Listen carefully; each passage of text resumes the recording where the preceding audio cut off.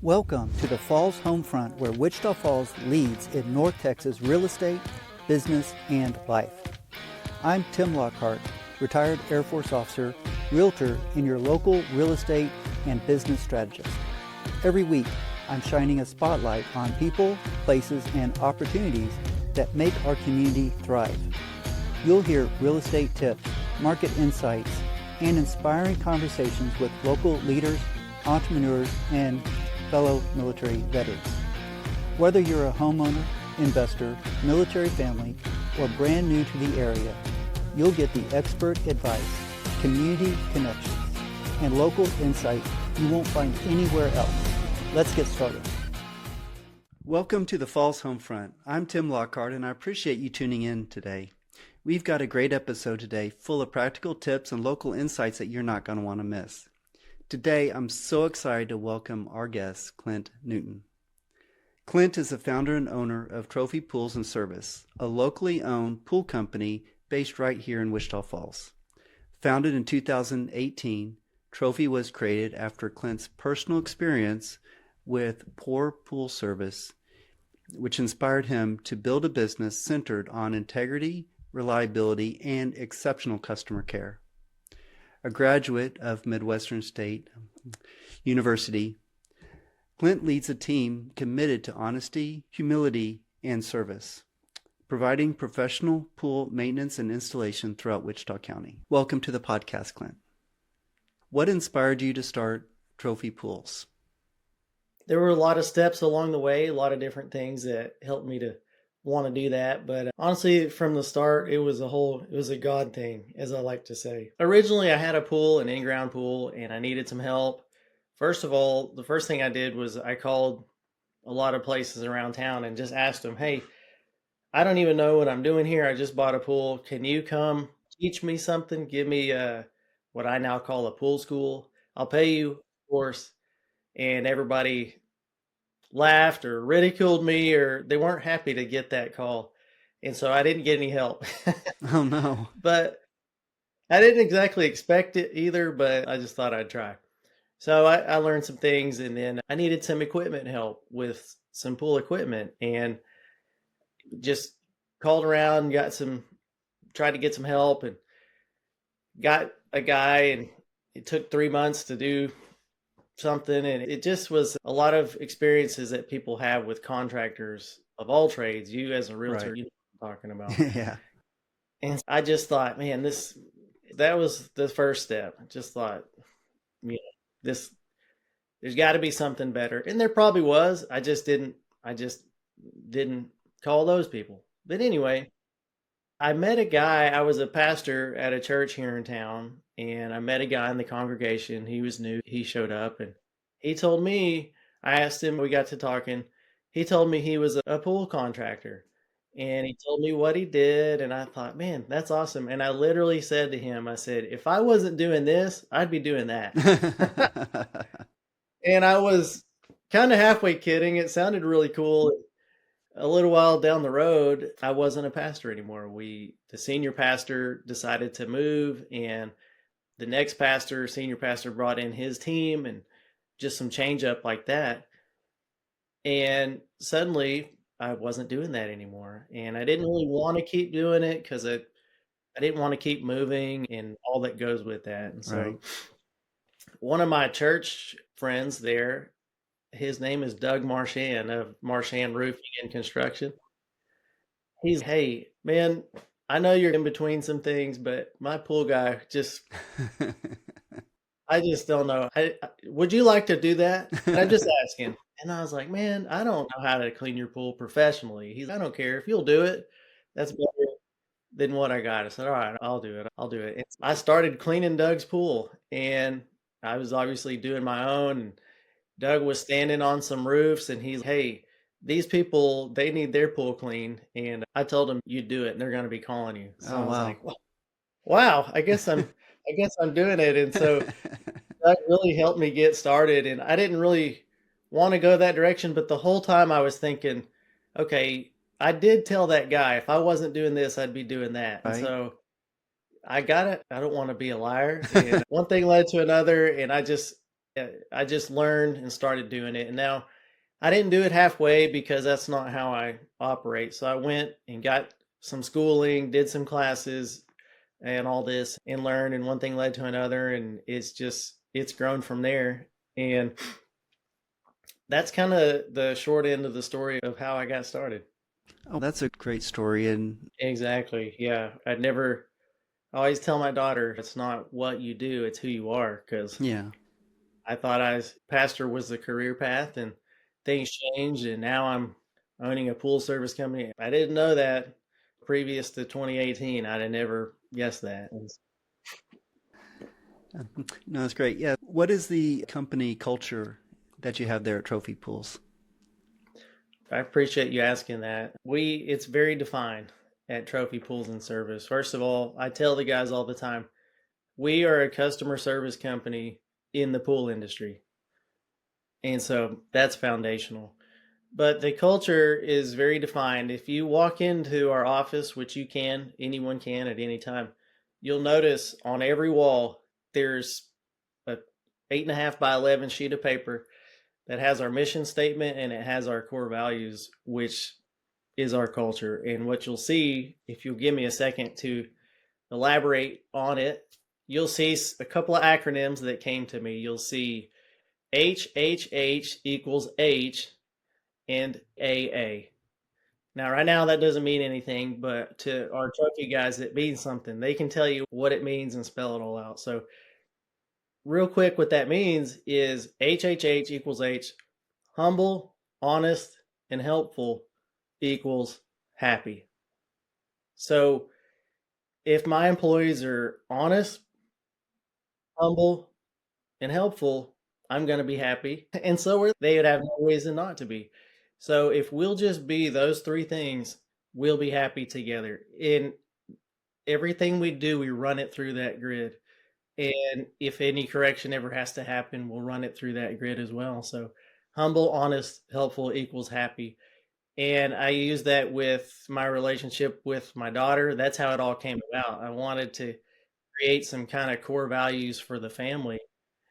And I have to give credit to the Lord, because I was praying one day about how to relate to the Lord, and not just theology of, I don't want to go on a rabbit trail here, but It's real okay. quick, not just theology of the stories of Noah and Moses and all these guys, but I wanted to teach Sophie how to relate to God as Father.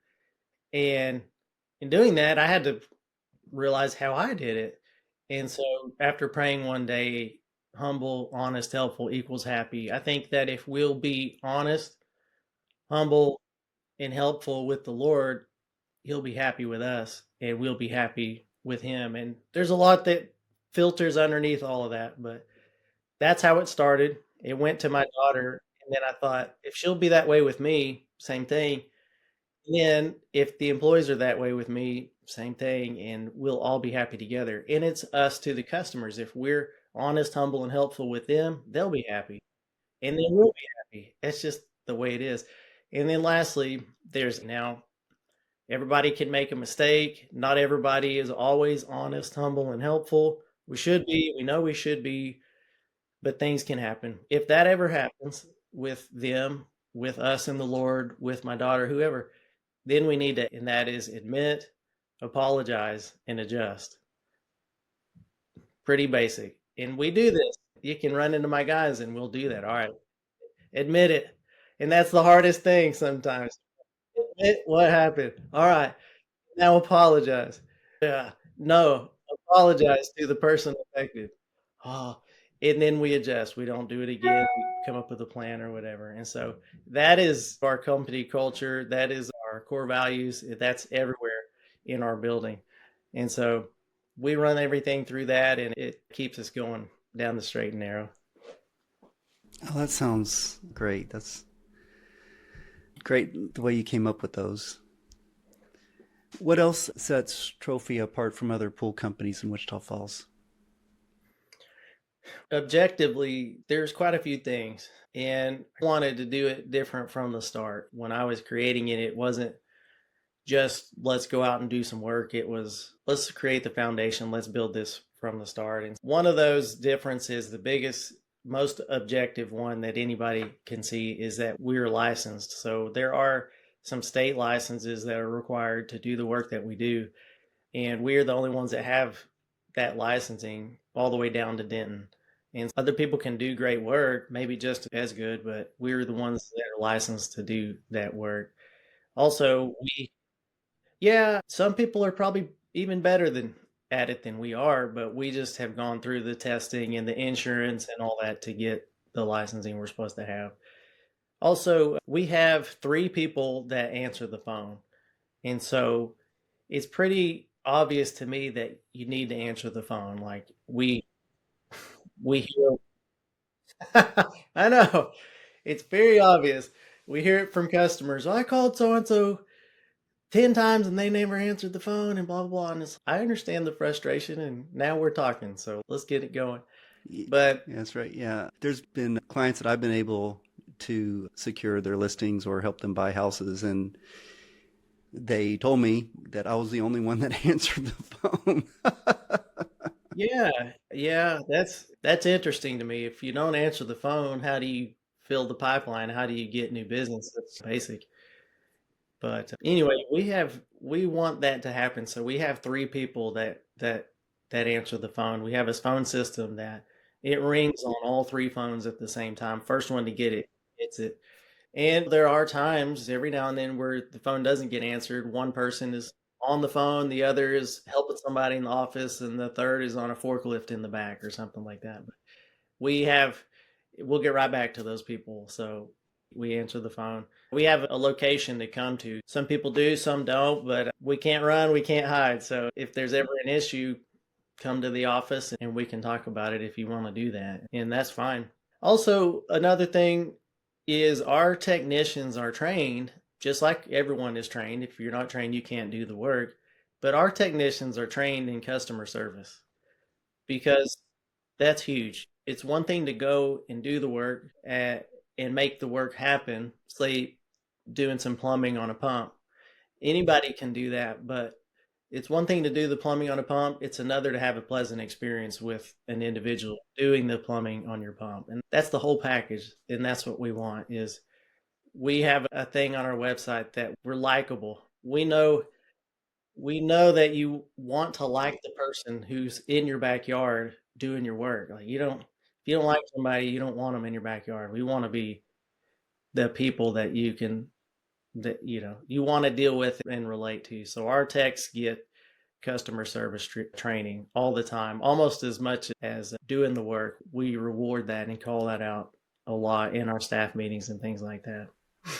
Nice. Let's change topics a little bit. You served in the Air Force, and how did that experience shape your strategies and your approach to running your business? My time in the Air Force was great. It really helped me. I grew up in a town. I grew up in Windthorst, so I don't know where that is, but I didn't personally have a whole lot of experience with the broader world as a whole or whatnot. And getting into the Air Force exposed me to different types of people and different cultures and literally different parts in the world. And it just helped me to realize that if I really applied myself, I don't know, I guess you could say I could be somebody. I could apply myself and go up in the ranks and get additional duties and different things. And so it helped me grow as a person and in leadership, specifically the Air Force core values of integrity first, service before self, and excellence in all we do. That's nobody can argue with that. That's just great for everything. Yeah, that is. Yeah. What lessons from your service have you brought with you that still influence you today? Just a lot of learnings, mainly that anybody who really sets themselves to focus on something can get something done. In the Air Force, if you're enlisted and you want to go from E1 to E9, you can do it. You just have to set your sights on it, figure out what it takes to get there, and then just do it. And in the Air Force, what would it take to get there? Highest level, it would take integrity first, service before self, and excellence in all you do. And so for us, the highest values are honest, humble, and helpful. And so anybody in my company can go and do what they want to do. And if they'll be those three things, they're going to make it. If they're not those three things, they're not going to they're not going to be around very long. And same with the Air Force. If you don't observe those core values, then it's not going to work out for you. Yeah, that's good. Yeah. What advice would you give other people that might be currently in the military that are thinking about starting their own business? That's a good question. I would say, yeah, as much as you're able, depending on your duties and your time and all that, go get a job. Get a job because while the Air Force is great and you'll learn a lot of things, it's not the private sector. It's not the same. A lot of things come over, but a lot of things don't. So go if it's been too long and you're, I don't want to say out of touch, but you haven't been in the civilian world in a while, then make sure to go get a job, move up in supervisory management a little bit, and just get a feel for how that works again. I've seen people try to run businesses like a drill sergeant or a training instructor or whatever you want to call it. And it just it could work, especially if you were private security or something like that. But other than that, some of the military tactics won't work. And so just get a feel for what's going on out there and then decide what you want to do and set your sights on it and get after it. Carry that discipline that you should have developed in the Air Force or the military and bring it straight over and go for it. Mhm. That's great. That's good advice. For those out there who have a home and a pool or are thinking about buying a pool, how does a well-maintained pool impact the home's value? And for people that are looking to buy a house with a pool, what are some of the things that they should look out for? Yeah, those are good questions. I think that a well-maintained pool is everything in a real estate transaction as far as just having that pool maintained and the difference between that and making the sale. Personally, I think it's everything. So if you have it, more about this, you could tell me, but here's what I'm thinking. Correct me if I'm wrong, is that there's two types of buyers. One wants a pool and one does not want a pool. And the ones that don't want a pool, we're not even talking about them. The ones that want a pool, they're looking at these houses with a pool. And so if that pool is a main attraction for them, if it's dirty or broken looking or whatnot, the deal's off, it's over. And the value can actually get raised to, wow, this is a show pool. This is my house. I can get over the windows being a little older. This pool is up here. And so that clean, maintained, good looking, sparkling, clean, inviting pool can raise the value of that house. But that swampy, black, nasty pool can bring the value of that house down to zero. It's just not, yeah. And the pool has to be, it has to be sparkling clean during that transaction process. I would think common sense tells us that.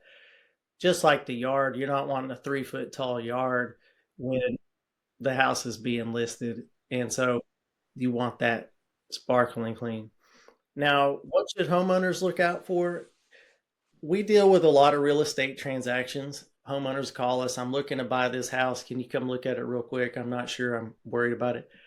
The biggest thing that I can tell a homeowner just right now, without getting into specifics of the pool itself, is just make sure that it's clean and that it's running. If it's swampy and dirty and you can't see the bottom, you can't help but think there may be something hiding down there. Maybe the floor is cracked, maybe something. So just look out for that. If it's not running, if it's swampy and green, that's a red flag. It's like, why is that the case? And then also, if the equipment is not running, if it's not running, maybe it doesn't run. And then that's a red flag. It's just part of the deal is you got to have the utilities on. If they're not on, maybe there's something not working here and you don't want to know. So those are a couple of red flags to look out for. That's good. Yeah. So, how can trophy pools help owners, whether they're selling or buying a property with a pool? The best way is what we call a pool opinion. So you have inspectors out there who do their inspection of everything, and they also, if for an extra fee, they'll inspect the pool as well. And I know most of those guys, and they're great guys and honest and integrity, and they know a lot of things. But as far as some of the pool stuff, they're not fully experts in it, and they'll admit that, and that's fine. So what we offer is what we call a pool opinion. So we don't call it an inspection because there's legal mumbo jumbo with an inspection, but with an opinion, we'll come out, we'll look at everything and give you our opinion on it. And of course, when we do that, we're going to be humble, honest, and helpful. And we're going to call it like it is. But 9 times out of 10, and this helps the real estate agent too, because their job is to help two parties transact and close. 9 times out of 10, what we end up doing is calming the buyer down because the buyer can come in and see something that costs $10 and parts in 10 minutes. And to us, it's no big deal. We fix it on the spot. But to them, oh, they might be going crazy. So a pool opinion is just our assessment of what's going on. And again, we almost always help the buyer calm down and realize that this is a great pool. I wouldn't be nervous at all to buy it. They can call and talk to us too about it. That's the way I like to do it the best, even is talk to the buyer and be like, here's what we saw, here's pictures, here's videos. You can even be there. And this is not that big a deal. This doesn't affect anything. And feel free to buy this house. I would.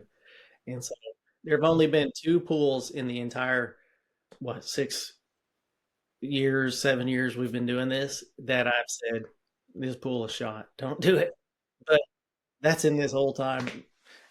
It's always going to calm down their fears most of the time. So that's one way we can help before the sale, help realtors and buyers to just take it down a notch a little bit. Don't and just ease their fears.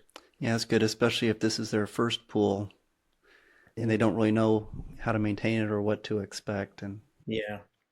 Yeah, I've noticed that a lot of people just they think that pools are just so expensive and I need a new pump, so it's going to be $10,000. It's not even close. And we help ease those fears a lot. oh, that's good. And that's very helpful. Could you tell us a little bit about saltwater systems versus a freshwater pool?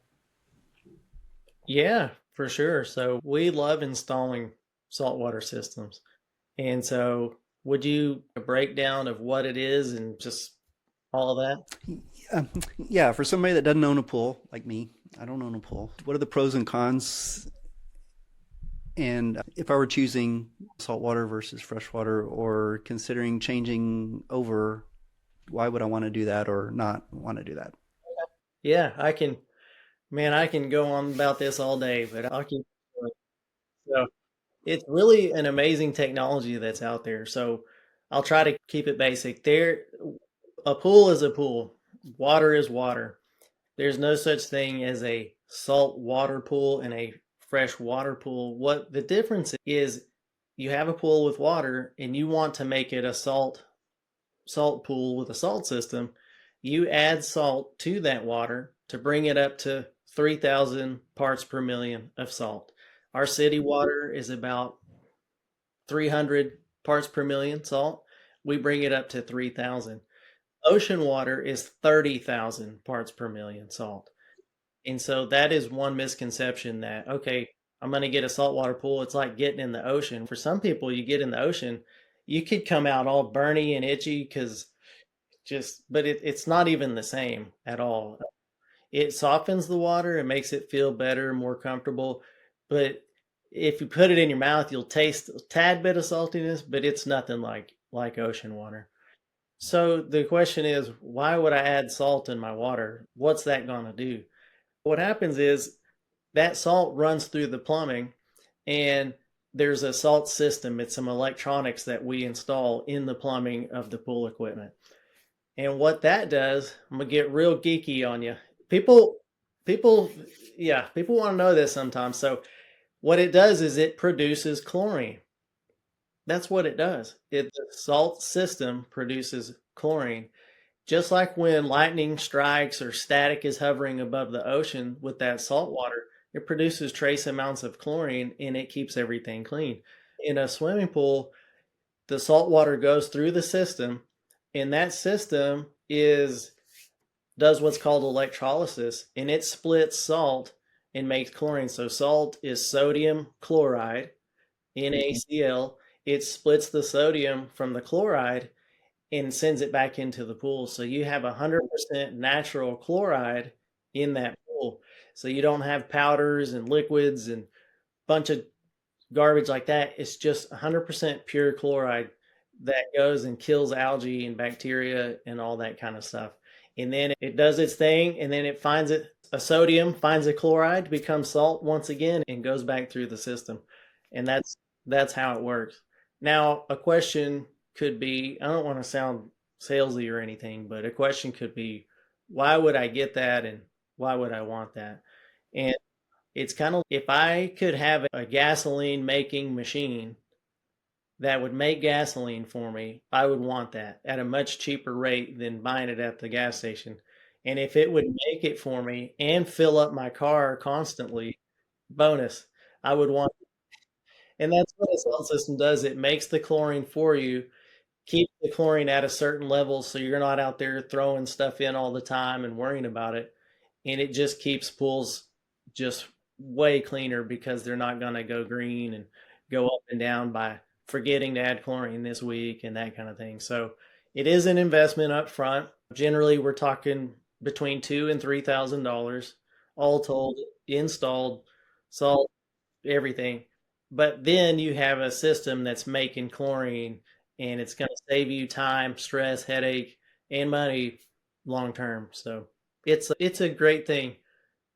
Again, it's sitting there making the product that you're out buying, and it makes it for less, and it adds it there for you. I like it. That's interesting. That's interesting. Yeah, I had no idea. I really didn't.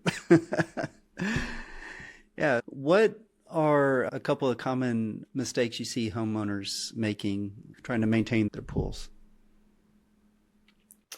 There There are a lot. One of the most common is, if you're a pool owner, you'll know what I mean, and you've heard of these things anyway, probably. But there's a 3-inch tablet that you can buy. They're called tabs or chlorinating tabs or whatnot. They're just like a hockey puck, but they're white.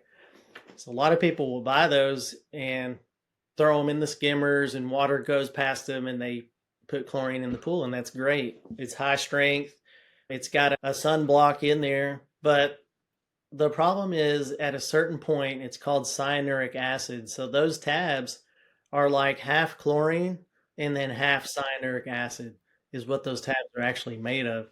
And the cyanuric acid is a sunscreen, so that when the sun hits the chlorine in the pool, it turns it into carbon dioxide and just it disappears. It's a waste. But with that cyanuric acid, it protects it from the sun. The problem is, when the cyanuric acid gets too much in the pool, over 100 parts per million, and we can measure that, at that point, there's so much of this binding agent of cyanuric acid that you could throw a whole bucket of tabs in the pool and it's not going to make a difference. The algae is going to grow.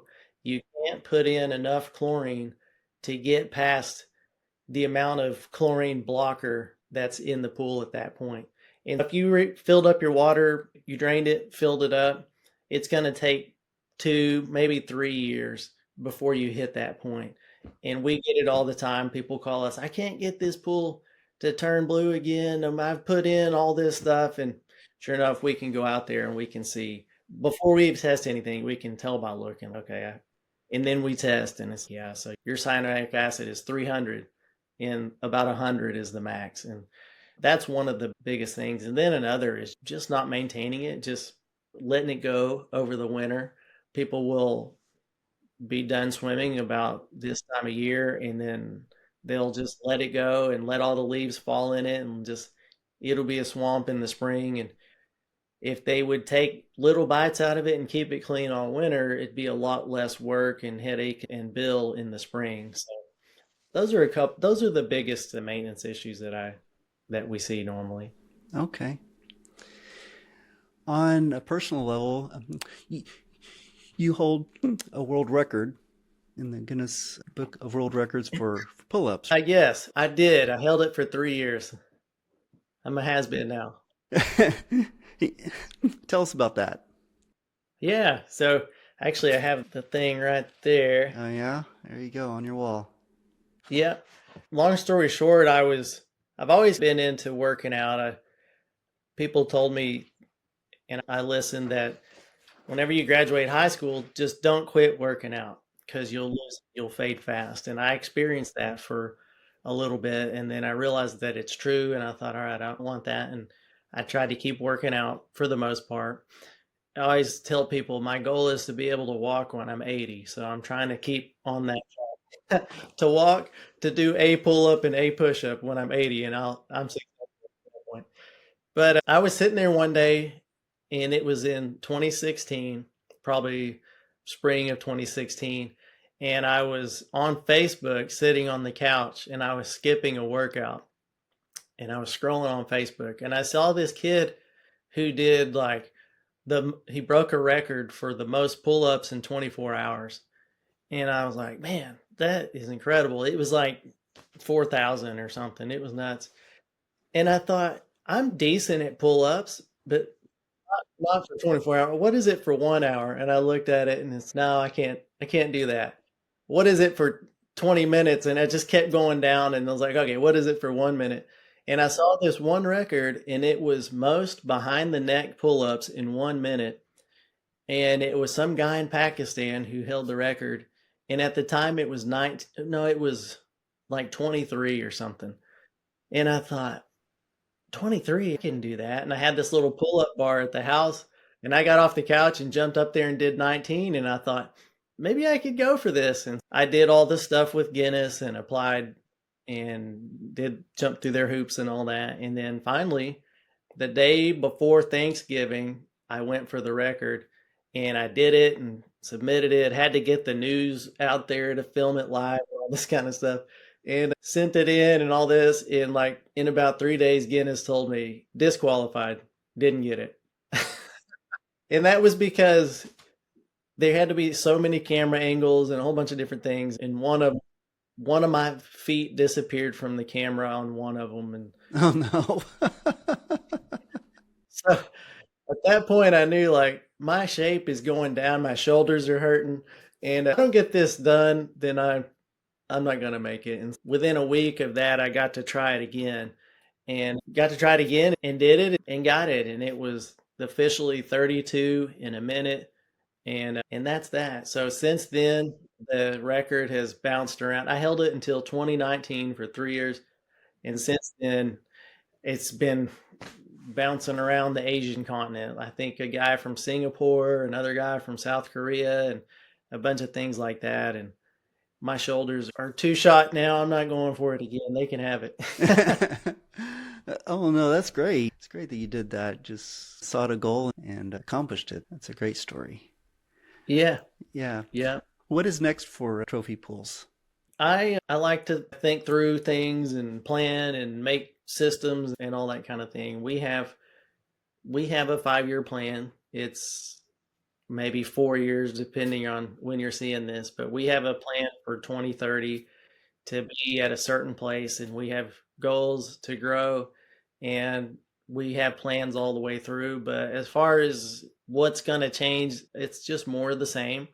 We built pools there for a little bit. I don't think we're going to get back into that. We could, but I don't think that we are. It's just to do more of the same. Add a few things on. We now change vinyl liners and do some things like that. But mostly we stay in our lane, which is cleaning pools and then fixing of equipment, pumps, filters, time clocks, all that kind of thing. So we'll just do more of that, grow the staff as appropriate, and just keep going down that path.